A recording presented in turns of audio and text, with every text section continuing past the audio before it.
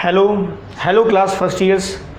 तो आज उनके लिए most awaited topic and that is water, जो हाइड्रोजन की सीरीज़ का अगला हिस्सा होगा, उसके बारे में आज डिटेल में देखेंगे।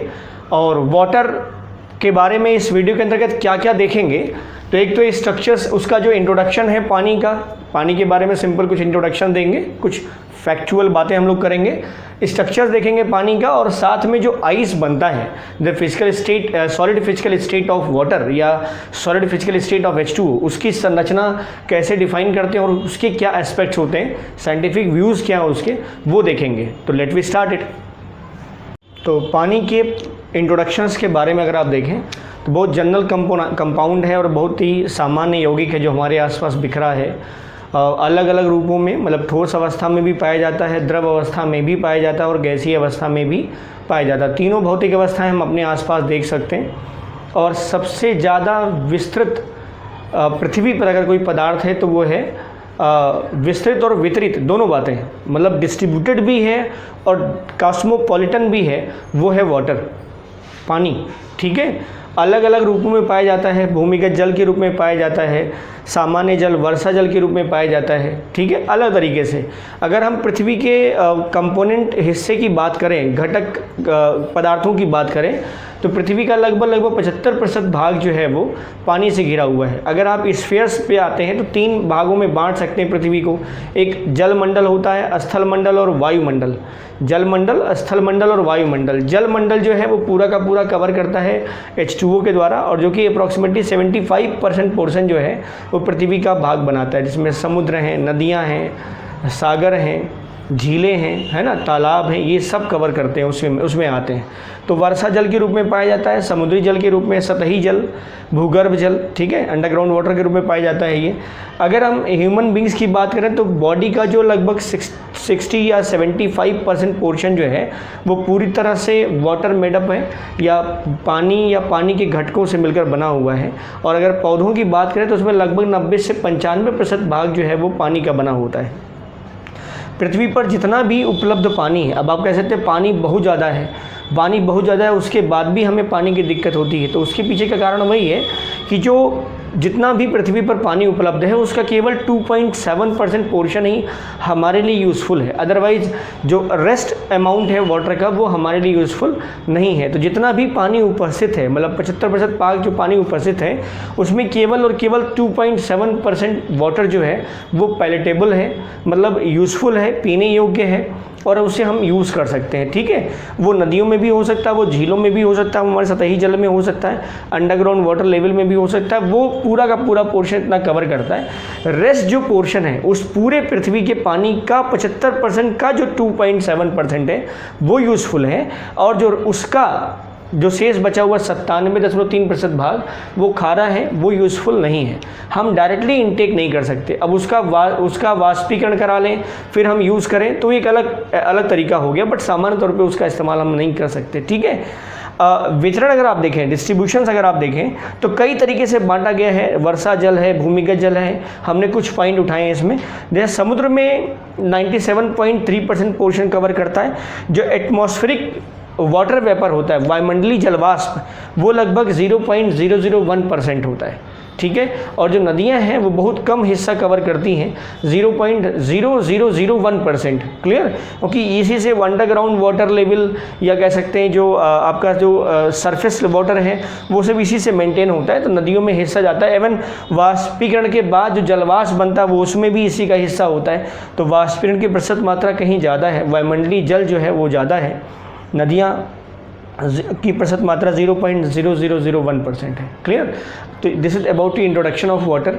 वाटर की उपयोगिताओं के बारे में आपको पता ही है। हम सीधे आते हैं स्ट्रक्चर्स के बारे में। ठीक है, इसमें H2O में अगर आप सेंट्रल एटम देखें तो वो है ऑक्सीजन, एटॉमिक नंबर होता है 8। अगर इलेक्ट्रॉनिक कॉन्फ़िगरेशन जनरल करेंगे तो 2 और 6 आएगा, ऑर्बिटल कॉन्फ़िगरेशन करेंगे तो 1s2 आएगा, यही तो आएगा। तो 1s2 8 हो गया। अब इस 2p4 को भी हमने फर्केट कर दिया है, 2px 2py 2pz। तो 1 2 3 हुंड के अकॉर्डिंग यहाँ आ जाएगा पेयर में, तो 2px2 2py1 2pz1 2s। अब यहाँ अगर आप ध्यान से देखो तो जो ऑक्सीजन है ये H2O, इसमें जो ऑक्सीजन है इसके पास 2 लोन पेयर होता है 2 लोन पेयर।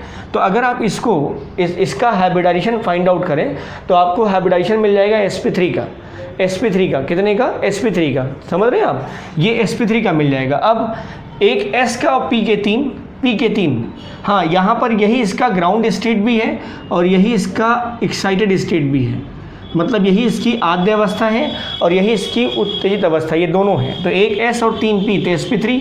अब इसमें ये जो दोनों हैं they behaves as a lone pair, और ये हो गए बॉन्ड पेयर। हाइड्रोजन के साथ सिग्मा बॉन्ड बनाएगा ओवरलैप करके, हेड टू हेड ओवरलैपिंग होगी, ठीक बेटा, और ये लोन पेयर की तरह बिहेव करेगा। तो इसका ऑर्बिटल डायग्राम का रिप्रेजेंटेशन देखो अगर, तो ये लोन पेयर है, these are lone pair electron, lone pair, या we can say non bonding electron pair, अनाबंधित इलेक्ट्रॉन युग्म, या लोन पेयर एकाकी इलेक्ट्रॉन युग्म, और ये बॉन्डिंग है। तो इसमें जो बॉन्डिंग है इसका नेचर कैसा है, ये है sp3 इस ऑक्सीजन का, और ये s ऑर्बिटल है हाइड्रोजन का, इसका भी नेचर कैसा होगा, ये sp3 और ये s।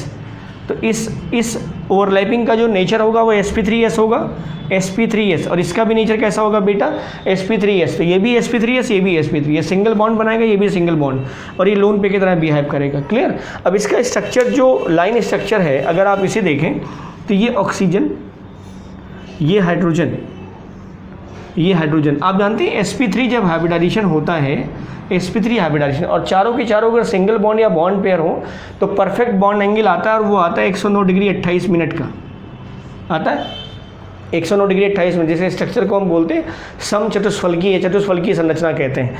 तो ये हो गया 109 डिग्री 28 मिनट। लेकिन चूंकि यहाँ पर चारों के चारों बॉन्ड जो है वो बॉन्ड पेयर नहीं है, 2 बॉन्ड पेयर और 2 लोन पेयर है। तो वेस्पर थ्योरी क्या कहती है, VSEPR, valence shell electron pair repulsion theory क्या कहती है कि अगर लोन पेयर के नंबर्स होंगे तो स्ट्रक्चर डिस्टॉर्ट हो जाएगा, विकृत हो जाएगा। वहाँ पर लोन पेयर में प्रतिकर्षण सबसे ज़्यादा होता है। तो चूंकि यहाँ पर 2 लोन पेयर हैं, 2 लोन पेयर है, तो इनके बीच में प्रतिकर्षण ज़्यादा होगा, तो बॉन्ड पेयर का जो एंगल है वो घट जाएगा। तो इनके बीच में चूँकि इसमें प्रतिकर्षण ज़्यादा, हम ऐसे दिखा रहे हैं, ये लोन पेयर और ये लोन पेयर, तो इसमें प्रतिकर्षण अगर ज़्यादा होगा, ये प्रतिकर्षण ज़्यादा होगा, ये दोनों एक दूसरे को रिपेल करेंगे, तो ये वाला इसके साथ भी रिपेल होगा और ये वाला इसके साथ भी रिपेल होगा। तो जो बॉन्ड एंगल परफेक्ट आना चाहिए था 109 डिग्री 28 मिनट, वो घट जाता है, और वो एंगल हो जाता है यहाँ पर कितना, 104.5 डिग्री का बंद कोण। कितना आता है बॉन्ड एंगल, 104.5 डिग्री का एंगल घट गया, तो ये हो गया। इस स्ट्रक्चर को बोलते हैं वी शेप स्ट्रक्चर। देखो वी शेप स्ट्रक्चर इस तरह से, या इसको इस तरह से कह दो तो वी शेप स्ट्रक्चर हो गया। इसको हम कोणीय भी कह सकते हैं, एंगुलर फॉर्म या कोणीय संरचना भी कहते हैं, ठीक है, कोणीय संरचना भी कहते हैं। क्लियर। अब एक चीज़ और देख लो, इसमें जो ओ और एच का बीच का जो बॉन्ड लेंथ है, बॉन्ड लेंथ वो 95.7 एंगस्ट्रॉम, 95.7 एंगस्ट्रॉम का बंध दूरी आता है ओ एच का, और यहाँ से भी, ठीक है। और ये तो लोन पेयर है, ये वैसे भी बॉन्ड पेयर से हायर लेंथ में होता है, तो स्ट्रक्चर तो वैसे ही डिस्टॉर्ट हो गया है, ठीक है। तो this is the structure of water molecules, एक मॉलिक्यूल का। अब पानी के अंदर जब वो होता है तब किस तरह से हाइड्रोजन बॉन्ड बनाता है, क्योंकि ओ और एच आप जानते हैं इस पर डेल्टा पॉजिटिव डेल्टा नेगेटिव आना ही आना है, तो हाइड्रोजन बॉन्ड की पॉसिबिलिटी बनती है। हाइड्रोजन बॉन्ड और बर्फ में कैसे ये अपने आप को अरेंज करता है वो हम देखेंगे। अब वाटर में देखिए ज़रा, यहाँ हमने वाटर का स्ट्रक्चरल अरेंजमेंट दिखाया है, यहाँ हमने आइस का स्ट्रक्चरल अरेंजमेंट दिखाया है, ठीक है। अब पहले पानी में देखो, तो पानी आपको पता है कि H2O वाटर मॉलिक्यूल्स H2O जो है उसमें अणु जो है वो आपस में टकराते रहते हैं, ठीक है, और उनकी द्रव अवस्था का सबसे मूलभूत कारण होता है हाइड्रोजन बॉन्ड। पानी के अणुओं के मध्य में हाइड्रोजन बंध पाया जाता है और बहुत ही स्ट्रॉन्ग हाइड्रोजन बॉन्ड पाया जाता है, इसीलिए पानी का बॉइलिंग पॉइंट भी ज़्यादा होता है और पानी की भौतिक अवस्था भी द्रव होती है, मतलब H2O की भौतिक अवस्था भी क्या होती है, द्रव होती है, ठीक है। इन दोनों कारणों के लिए या इन दोनों अवस्थाओं के लिए हाइड्रोजन बॉन्ड ही रिस्पॉन्सिबल है, बॉइलिंग पॉइंट बहुत ज़्यादा और दूसरा उसकी भौतिक अवस्था द्रव में होती है, इसलिए ऐसा है, ठीक है। तो हाइड्रोजन बॉन्ड, अब इसमें जो हाइड्रोजन बॉन्ड बन रहा है वो बनता कब है, देखो इस ऑक्सीजन पर होता है डेल्टा माइनस और 2 बार माइनस होगा, यहाँ डेल्टा प्लस और यहाँ भी डेल्टा प्लस, यहाँ delta plus delta plus delta minus delta plus delta minus delta plus, ये हो गया बेटा, ठीक है।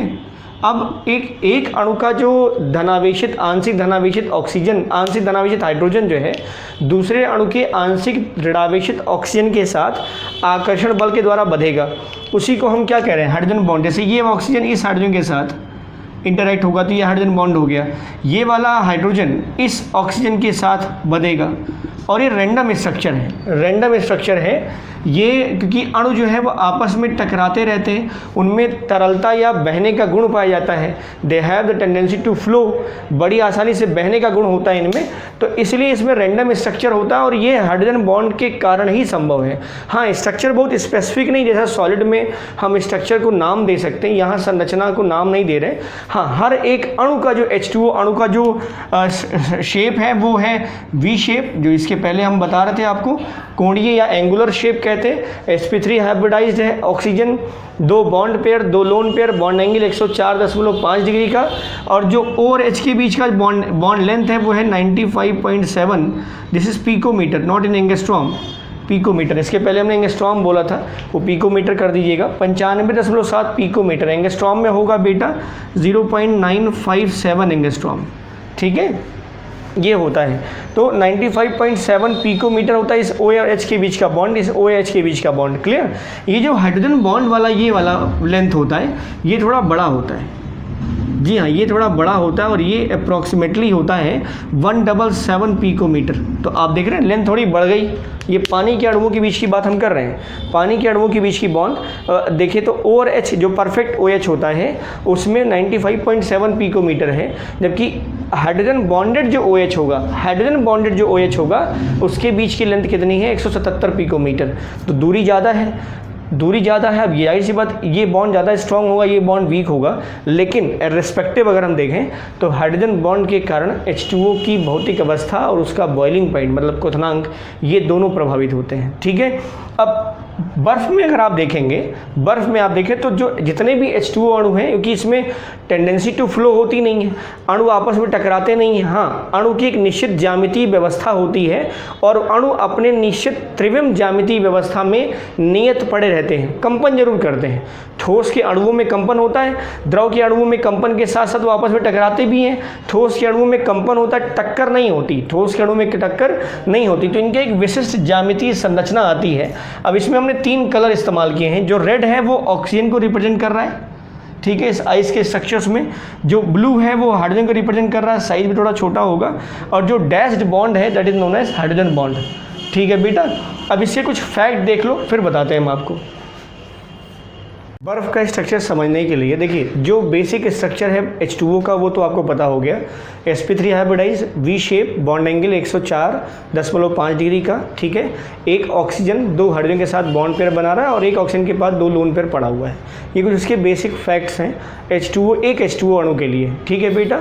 द्रव अवस्था में भी हाइड्रोजन बॉन्ड पाया जाता है, ठोस अवस्था में भी हाइड्रोजन बॉन्ड पाया जाता है, वाष्पित अवस्था में हाइड्रोजन बॉन्ड नहीं पाया जाता है, ठीक है।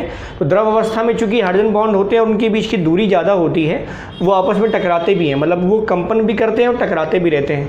लेकिन जैसे जैसे आप टेम्परेचर कम करते जाओ, एक वायुमंडलीय दाब की दशा में अगर हम देखें 0 डिग्री सेंटीग्रेड तक पहुंचेंगे जब आप, तो ठोस की अवस्था प्राप्त तो होने लगती है H2O में, और 4 डिग्री सेंटीग्रेड से ही ये प्रोसेस शुरू हो जाती है। तो कुछ उसके फैक्ट देखिए। 0 डिग्री सेंटीग्रेड वाली अवस्था भी हम बता रहे हैं, 4 डिग्री सेंटीग्रेड पे क्या होता है वो भी हम देखेंगे, ठीक है। तो पहले 0 डिग्री सेंटीग्रेड पे आप देखें तो जो हर H2O अणु है उसमें मतलब उसकी स्थिति नियत होने लगती है। हर H2O अणु एक निश्चित त्रिविम ज्यामितीय व्यवस्था धारण करने लगता है, ठीक। चारों तरफ H2O अणु की जो अवस्थाएं हैं वो भी नियत हो लगती हैं।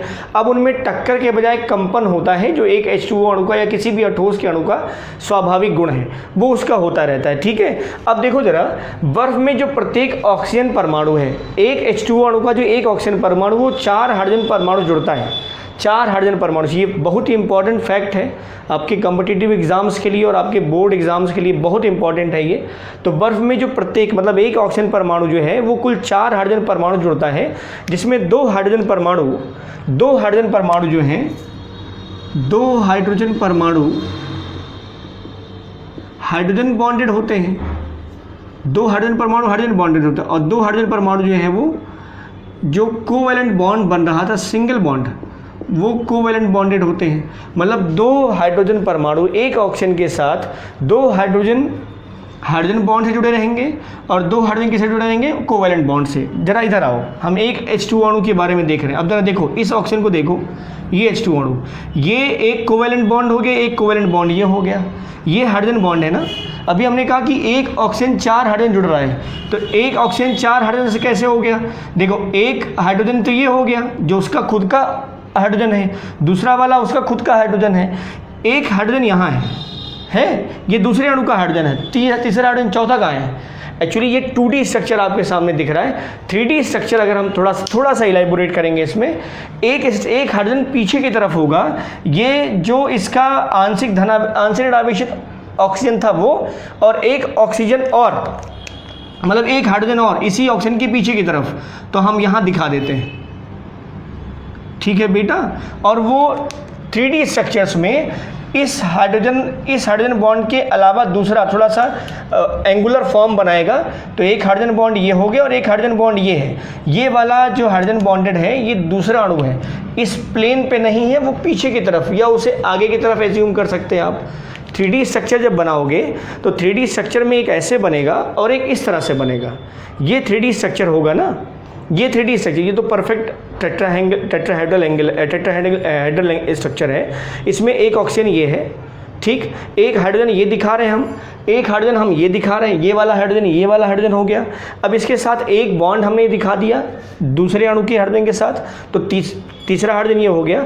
चौथा ये है जो इस प्लेन पे हम नहीं दिखाए हैं, चौथा ये है बेटा जो इस प्लेन पे हमने दिखाया है, उसको हमने यहाँ सिर्फ रिप्रेजेंट किया है। वो ऑक्सीजन, ये जो ऑक्सीजन है चौथे वाले हाइड्रोजन के साथ भी हाइड्रोजन बॉन्ड बनाएगा। क्लियर?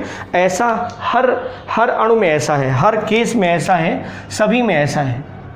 यहाँ पर भी, यहाँ पर भी, यहाँ पर भी, यहाँ पर भी, यहाँ पर भी, पीछे की तरफ, यहाँ पर भी, इस तरफ, इस तरफ, ठीक है बेटा। अब देखो यहाँ दिख रहा है वो स्ट्रक्चर थोड़ा एंगुलर फॉर्म में हो गया, दिख रहा होगा, दो हाइड्रोजन और दो कोवैलेंट, यहाँ भी देखो वैसे दिख रहा है, लेकिन यहाँ नहीं है, तो पीछे की तरफ या आगे की तरफ बन सकते हैं, ठीक है। तो हर इस बर्फ के एक H2 अणु में एक ऑक्सीजन के साथ 4 हाइड्रोजन, जिसमें 2 हाइड्रोजन कोवैलेंटली बॉन्डेड होंगे और 2 हाइड्रोजन बॉन्ड के थ्रू बॉन्डेड होंगे, ठीक है। अब इधर आओ, H2O का जो प्रत्येक अणु है वो समीपस्थ 4 जल के अणुओं के साथ हाइड्रोजन बॉन्ड से जुड़ा रहता है, जिसमें 2 हाइड्रोजन ऑक्सीजन परमाणु से जुड़े रहते हैं, 2 हाइड्रोजन जो है वो ऑक्सीजन परमाणु जुड़े रहते हैं, और दोनों हाइड्रोजन, एक ही अणु के दोनों हाइड्रोजन वो 2 अन्य जल के अणुओं के साथ। अब ये दूसरी बात है, ये दूसरी बात देखी थी, ये लिखा था एक H2O अणु के एक ऑक्सीजन के साथ 4 हाइड्रोजन, जिसमें 2 उसका खुद का हाइड्रोजन, 2 उसका खुद का हाइड्रोजन और 2 हाइड्रोजन बॉन्ड वाले हाइड्रोजन, 2 हाइड्रोजन बॉन्ड वाले हाइड्रोजन। तो एक ऑक्सीजन के साथ कितने हाइड्रोजन हो गए? 4। अब ये दूसरी बात देखिए, अब हम पूरे एक H2O अणु के बारे में बात कर रहे हैं। एक H2O अणु जो पूरा का पूरा एक H2O अणु है, एक H2O अणु बेटा हम इसकी बात कर रहे हैं, ठीक है। तो एक H2O अणु देखें तो वो 4 अन्य H2O अणुओं से जुड़ा रहता है। ये देखो, एक प्रत्येक H2O अणु 4 जल के अणुओं से जुड़ा रहता है, 4 जल के अणुओं से। अब वो कैसे? देखो, एक ऑक्सीजन के साथ 2 हाइड्रोजन होगा, एक हाइड्रोजन ये, एक हाइड्रोजन ये एक जल का अणु है, और जो यहाँ जुड़ेगा वो दूसरा जल का अणु है, 2 हो गए जल के अणु। इस ऑक्सीजन का ये जो हाइड्रोजन है वो तीसरे जल के अणु के साथ, यहाँ पर भी कोई बॉन्ड हाइड्रोजन अणु होगा, जल का अणु होगा, उसके साथ जुड़ा होगा, तीसरा हो गया, और चौथा ये हो गया, चौथा ये है। समझ में आ रही बात? एक ऑक्सीजन 4 हाइड्रोजन परमाणुओं से, जिसमें 2 खुद का हाइड्रोजन और 2 हाइड्रोजन बॉन्ड वाला। ये बात खत्म हो गई। अब हम पूरे H2O अणु के बारे में बात करें अगर, तो एक H2O अणु अपने निकटस्थ, अपने जो नियरेस्ट है वो 4 जल के अन्य अणुओं के साथ या 4 अन्य H2O अणुओं के साथ जुड़ा रहता है, जिसमें एक ऑक्सीजन 2 अलग अलग पानी के अणुओं के हाइड्रोजन के साथ, और जो इसी ऑक्सीजन का जो खुद का हाइड्रोजन है वो भी एक इधर जल के अणु के साथ और एक इधर। तो एक H2O के सापेक्ष कितने जल के अणु हो गए? 4। ठीक। एक ATM दाब पर जो बर्फ का क्रिस्टलीकरण होता है वो षटकोणीय होता है, षटकोणीय दिख रहा होगा, हेक्सागन टाइप का, 1 2 3 4 5 और 1 6। यहाँ से गिनो, 1 2 3 4 5 और 6 हेक्सागन की तरफ। हाँ, टेम्परेचर और कम करते जाओगे तो ये क्यूबिक हो जाएगा। क्या हो जाएगा? क्यूबिक हो जाएगा, सरल घनीय संरचना या घनीय संरचना के रूप में ये परिवर्तित होने लगता है, घनीय संरचना में परिवर्तित होता है। क्लियर? तो ये था बेसिक स्ट्रक्चर। अब 4 डिग्री सेंटीग्रेड पे क्या होता है वो देख लो। एक बड़ा स्टेटमेंट है बर्फ़ के बारे में, 4 डिग्री सेंटीग्रेड पर जो जल का घनत्व होता है वो बर्फ़ के घनत्व से अधिक होता है। ठीक है, घनत्व बराबर द्रव्यमान बटे आयतन, ये ध्यान रखना, घनत्व बराबर द्रव्यमान बटे आयतन। तो ये डेंसिटी है, ये इक्वल टू होता है मास बाई वॉल्यूम। तो अगर ये ज़्यादा है तो वॉल्यूम क्या होगा? कम होगा। घनत्व अगर ज़्यादा है तो आयतन क्या होगा? कम होगा। क्लियर? अब एक चीज़ ध्यान रखो, 4 डिग्री सेंटीग्रेड पर जो जल का घनत्व होता है वो बर्फ़ के घनत्व से अधिक होता है। देखो होता क्या है इसमें, जब आप H2O अणु को ठंडा करते हैं, द्रव को ठंडा कर रहे होते हैं, तो उसमें हाइड्रोजन बॉन्ड की जो मात्रा है वो बढ़ती जाती है, क्योंकि जब एक एक H2O अणु के सापेक्ष 4 जल के अणु आपस में जुड़ते रहते हैं तो हाइड्रोजन बॉन्ड बनता है, स्ट्रक्चर बहुत सघन होने लगता है। ठीक है, जब स्ट्रक्चर सघन होता है तो उनकी स्थितियाँ भी नियत होने लगती हैं। अब उस समय होता क्या है, चूँकि हाइड्रोजन बॉन्ड की जो लेंथ है, हाइड्रोजन बॉन्ड की लेंथ जो सामान्य OH बॉन्ड है उससे कहीं ज़्यादा होता है। देखो ये जो बॉन्ड लेंथ थी, ये वाली जो लेंथ थी वो 95.7 पिकोमीटर था ना, और ये जो ऑक्सीजन और हाइड्रोजन के बीच में ये वाला बॉन्ड था वो 177 पिकोमीटर था। अब आप देखो ये वाला जो बॉन्ड लेंथ है वो छोटा है और ये वाला बॉन्ड लेंथ थोड़ा बड़ा है। जो हाइड्रोजन का बॉन्ड लेंथ, हाइड्रोजन बॉन्ड वाला लेंथ है बड़ा है, और जो उसका कोवेलेंट बॉन्ड का लेंथ है वो थोड़ा छोटा है। तो स्ट्रक्चर बहुत परफेक्ट तो आएगा नहीं, स्ट्रक्चर बहुत परफेक्ट तो आएगा नहीं। तो अब होता क्या है, जो H2O अणु है वो दूसरे H2O अणुओं के साथ फार अपार्ट हो जाता है, मतलब दूर चला जाता है। जब दूर चला जाता है, दूर जब चला जाएगा तो होगा क्या, अगर आप देखें तो इस H2O अणु इस H2O अणु के बीच में जो डिस्टेंस हो जाती है वो 276 पिकोमीटर हो जाती है। 276, ये पानी के अणुओं के बीच की हम बात कर रहे हैं। ये जो हमने बताया है ये हाइड्रोजन बॉन्ड की लेंथ है, ऑक्सीजन और हाइड्रोजन के बीच की लेंथ ये है, और जो ऑक्सीजन और कोवेलेंट बॉन्डेड हाइड्रोजन है वो 95.7 पिकोमीटर हो गया। लेकिन जो एक H2O और दूसरे H2O और के बीच का जो गैप है वो बेटा 276 पिकोमीटर हो गया। तो अगर लेंथ ज़्यादा हो गई तो अणु अब ज़्यादा जगह घेरेंगे। अणु जब ज़्यादा जगह घेरेंगे तो उस समय होगा क्या, आयतन बढ़ेगा। आयतन क्या होगा, बढ़ेगा। आयतन जब बढ़ेगा तो घनत्व क्या हो जाएगा, घट जाएगा। यही तो है मास बाई वॉल्यूम। तो आयतन जब बढ़ेगा ना तो क्या हो जाएगा, घट जाएगा। और बर्फ़ का घनत्व तो कम हो जाता है, बर्फ़ का घनत्व तो कम होता है, जल का घनत्व तो ज़्यादा होता है। तो जब ज़्यादा जगह घेरेगा तो आयतन ज़्यादा हो जाएगा और घनत्व तो क्या होगा, कम होगा। ये जो बात हम बता रहे हैं ये आपको 0 डिग्री सेल्सियस है उससे कम ताप पर बता रहे हैं, ये ध्यान रखना बेटा। ये जो बात हमने बताई है ये 0 डिग्री सेल्सियस है उससे कम ताप पर, मतलब जब H2O बर्फ़ की अवस्था में बदल चुका है, मतलब वो ठोस अवस्था में बन चुका है, तब हम बता रहे हैं आपको कि उसका आयतन ज़्यादा घनत्व कम। और जब आयतन ज़्यादा घनत्व कम तो बर्फ़ का घनत्व कम होता है, किससे, पानी से। बर्फ़ का घनत्व कम होता है पानी से, या इसका उल्टा कह दें बर्फ़ का आयतन ज़्यादा होता है पानी से। कभी कभी आप देखिए तो जो अगर आप पानी को आइस ट्रे में रख दीजिए और बर्फ़ जब जम जाता है तो आप देखिए जितना वाटर लेवल वो बना होता है आइस ट्रे में उससे कहीं ज़्यादा वो ऊपर की तरफ बर्फ़ आकर के जम जाता है। तो बर्फ़ का आयतन हमेशा ज़्यादा होता है जल के आयतन से, हमेशा। इसलिए ठंडियों में नल के पाइप फट जाते हैं, क्योंकि वो जब जम जाते हैं, टेम्परेचर 0 डिग्री सेल्सियस से कम चला जाए तो जब वो H2O जम जाता है तो ज़्यादा जगह घेरता है। तो अगर मान लीजिए पाइप कमज़ोर है या कहीं पर वो ज़्यादा जंग लगा हुआ पाइप है तो वहाँ से वो क्रैक कर जाता है। ठीक है, और यही कारण है बर्फ़ का आयतन ज़्यादा घनत्व कम, या कह सकते हैं बर्फ़ का आयतन पानी के घनत्व से ज़्यादा होता है। इसीलिए बर्फ़ हमेशा पानी पर तैरती है, इसीलिए बर्फ़ क्या होती है, पानी पर हमेशा तैरती है। समझ रहे हैं बेटा, बर्फ़ पानी पर तैरती है। अब इसका जो एक हिस्सा जो शुरू में हमने बताया आपको वो क्या है, इस समय 0 डिग्री सेल्सियस पर जो जल है वो बर्फ़ में या ठोस अवस्था में बदला नहीं है, it is starting to change into solid form. वो अभी कन्वर्ट होने की शुरुआती दशा में है। उस समय अगर हम देखें तो उस समय आयतन कम होता है और घनत्व ज़्यादा होता है। तो 4 डिग्री सेल्सियस पर चूँकि पानी का आयतन घट गया, 4 डिग्री सेल्सियस पर पानी का आयतन घट गया है, तो क्योंकि द्रव से ठोस बना रहे हो ना आप, जब द्रव से ठोस बना रहे हो तो अणु क्या होंगे, पास पास आएंगे।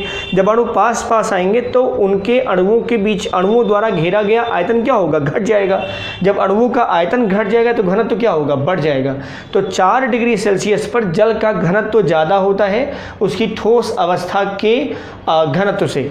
4 डिग्री सेल्सियस पर घनत्व ज़्यादा होता है द्रव का, H2O का, बर्फ़ के घनत्व से। ठीक, और ये जो बात हमने बताई है वो ठोस अवस्था में, मतलब जब बर्फ़ या H2O जो है बर्फ़ की अवस्था में आ गया है, ठोस अवस्था में आ गया है, तब तो उसका आयतन ज़्यादा घनत्व कम बर्फ़ का आयतन ज़्यादा घनत्व कम। ये हमेशा ध्यान रखो, ये बर्फ़ का आयतन ज़्यादा होता है और बर्फ़ का आयतन ज़्यादा होता है किससे, H2O से। तो बर्फ़ का आयतन मतलब ये H2O सॉलिड घन, इसका आयतन ज़्यादा H2O लिक्विड से। ये ध्यान रखिए 0 डिग्री सेल्सियस या उससे कम तापमान की दशा में।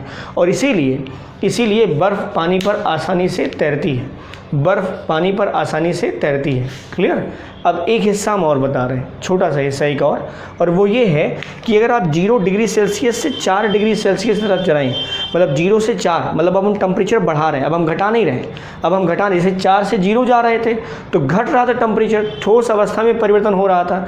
अब हम 0 से 4 की तरफ जा रहे हैं, मतलब हम ठोस से द्रव अवस्था की तरफ चल रहे हैं। तो अब होगा क्या, जब आप 0 से 1 डिग्री सेल्सियस पे आओगे तो आपने एनर्जी दी या वातावरण से H2O अणुओं ने एनर्जी ग्रहण की। तो जब ऊर्जा ग्रहण करेंगे तो इनके बीच का जो हाइड्रोजन बॉन्ड है वो टूटना शुरू हो जाता है। जब टूटना शुरू हो जाता है, जो 4 हाइड्रोजन बॉन्ड है उसमें कुछ क्वांटिटी के हाइड्रोजन बॉन्ड टूटने शुरू हो जाते हैं। तो होता क्या है, सामान्य तौर पे किसी ठोस को गर्म करने पर जब वो द्रव बनता है तो उसका आयतन बढ़ता है। सामान्य तौर पर जब किसी ठोस को, कोई भी ठोस हो, लोहा हो, तांबा हो, चांदी हो, सोना हो, कोई भी ठोस हो, उसको जब आप गर्म करोगे तो ठोस से द्रव बनने पर उसका आयतन बढ़ता है, ठोस से द्रव बनने पर उसका आयतन बढ़ता है। लेकिन यहाँ नहीं होता, यहाँ बर्फ़ के साथ ऐसा नहीं होता। बर्फ़ के साथ ये कि जब आप 0 से 4 डिग्री सेंटीग्रेड या 0 से 1 डिग्री सेल्सियस, 2 डिग्री सेल्सियस जब ऊपर जाते हो आप, टेम्परेचर बढ़ रहा होता है, तो H2O के अणुओं के बीच का हाइड्रोजन बॉन्ड टूटता है। और जब हाइड्रोजन बॉन्ड टूटता है, ये जब बॉन्ड टूटेगा तो अणु जो है वो पास पास आना शुरू होते हैं, क्योंकि अभी तो दूरी थी, हाइड्रोजन बॉन्ड के वो एक फार अपार्ट थे, दूर दूर थे। लेकिन चूंकि जब एनर्जी मिलती जा रही, 0 से 1, 2, 3 डिग्री सेल्सियस हो रहा है, टेम्परेचर उन्हें मिल रहा है, तो उनमें रेट ऑफ वाइब्रेशन भी बढ़ेगा, उनके बीच की जो एनर्जी है अणुओं की वो बढ़ेगी, जिसके कारण ये जो हाइड्रोजन बॉन्ड है ये टूटना शुरू हो जाते हैं। और जब टूटना शुरू हो जाते हैं तो H2O अणु पास पास आने लगते हैं। अब ध्यान से देखना, H2O अणु जब पास पास आएंगे तो आयतन क्या होगा, घटेगा, और घनत्व क्या होगा, बढ़ेगा। आयतन क्या हो जाएगा, घट जाएगा ना, तो क्या होगा, बढ़ जाएगा। क्लियर। इसी कारण ये अवस्था केवल 4 डिग्री सेल्सियस तक होती है, 4 डिग्री सेल्सियस तक ही होती है। और इसीलिए 4 डिग्री सेल्सियस पर आयतन सबसे कम, घनत्व सबसे ज़्यादा, किसका, पानी का। आयतन सबसे कम, घनत्व सबसे ज़्यादा, क्योंकि H2O अणु जो है वो बहुत पास पास आने लगते हैं तो आयतन घट जाता है, अर्थात घेरा हुआ स्थान घट जाता है, घनत्व तो बढ़ जाता है 4 डिग्री सेल्सियस पर। लेकिन जैसे और ऊपर जाओगे आप, 4, 5, 6, 7, 4 से ऊपर जब जाओगे तो सामान्य तौर पे जैसे हर एक ठोस के साथ ठोस का द्रव में परिवर्तन होता है तो आयतन बढ़ता है। 4 डिग्री सेल्सियस के बाद फिर से आयतन बढ़ना प्रारंभ हो जाता है, आयतन बढ़ना प्रारंभ हो जाता है। ये बर्फ़ से पानी की अवस्था का परिवर्तन हम बता रहे थे, और ये जो बताया हमने वो पानी से बर्फ़ की अवस्था में परिवर्तन बता रहे थे। इसीलिए बर्फ़ का आयतन यहाँ ज़्यादा था, घनत्व तो कम था, तो आयतन ज़्यादा था, इसलिए बर्फ़ बड़ी आसानी से पानी पर तैर रही थी। ठीक है। और एक चीज़ और, ठंडियों में अगर आप देखें तो नदियों की जो सतहें, झील जो हैं वो ऊपर जम जाती हैं, तो ये जो लेयर होती है वो उष्मारोधी होती है, तो जो अंदर की एनर्जी होती है वो बाहर नहीं जाती। तो इसीलिए जो समुद्री जीव हैं या झीलों के जो जीव हैं वो बड़ी आसानी से, मतलब ऊपर पूरी परत जमी हुई है, ऊपर तो आप जानते हैं आइस स्केटिंग लोग करते हैं, तो ऊपर की परत पूरी जमी हुई है, लेकिन नीचे का जो पानी होता है वो उसका टेम्परेचर सामान्य बना रहता है, क्योंकि ये उष्मारोधी हो जाता है तो एनर्जी बनी रहती है नीचे। और इसीलिए जो अंदर के जलीय जीव हैं वो बड़ी आसानी से कंफर्टेबल और बहुत ही आरामदायक रूप में वहाँ रहते हैं। ठीक है, तो ये भी एक फैक्ट था पानी के लिए। तो this is about your H2O water. और अब इसके कुछ बेसिक्स जो वाटर के बारे में हार्डनेस और उसका कैलकुलेशंस वो हम देखेंगे।